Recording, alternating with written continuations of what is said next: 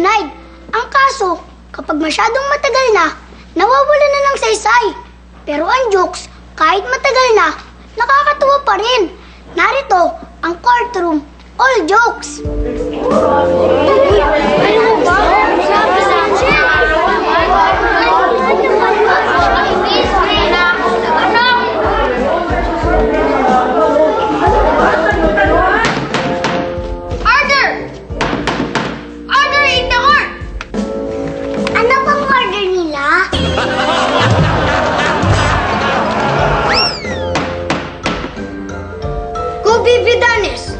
Inatulan kita sa salang pandurukot. Kailangan mong magbigay ng danyos na 10,000.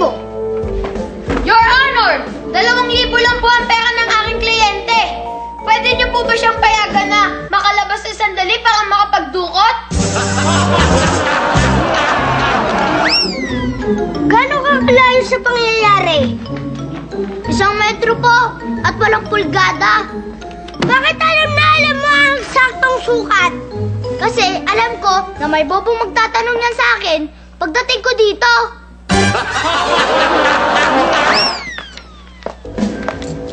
Sabihin mo sa korte, sinong gumawa sa'yo ng masama? Siya po! Pero ayon sa kanya, nakatingin lang daw siya. Oo, pero masama siya tumingin.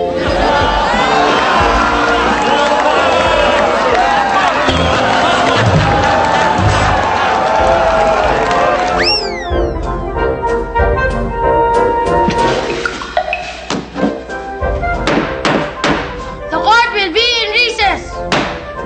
Recess na! Yay!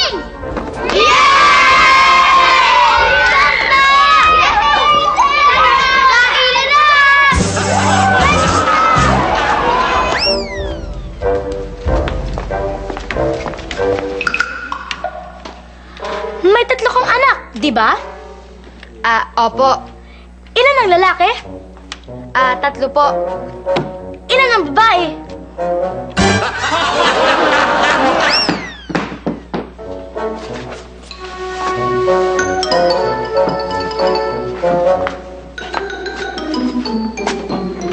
Maaari mo bang sabihin sa korte na ito kung anong pangalan mo?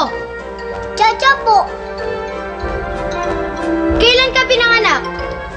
July 20. Anong taon? Taon-taon.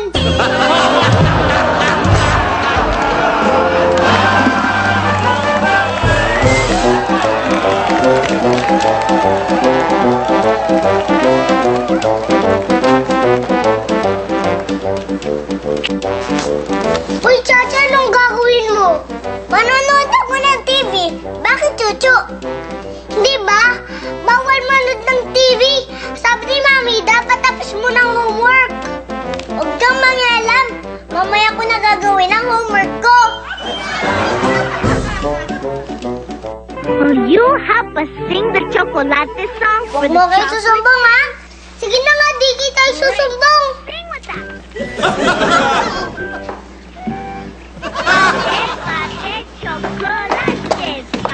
Hi, Chuchu. Hi, Chacha. Mami, si Chacha di ginawa yung homework. Nanonood lang po ng TV.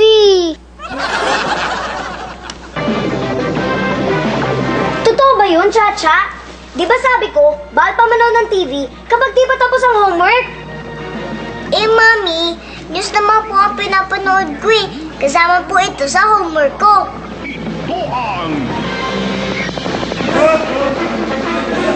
Ayun naman pala eh. Kala ko pa naman di mo ginawa ang homework mo. Very good, Chacha. Ha? Pero, Mami! Ikaw, Chuchu, napakasumbongero mo. Ba't di ka nalang tumulad dito kay Chacha? Ang bait-bait pa.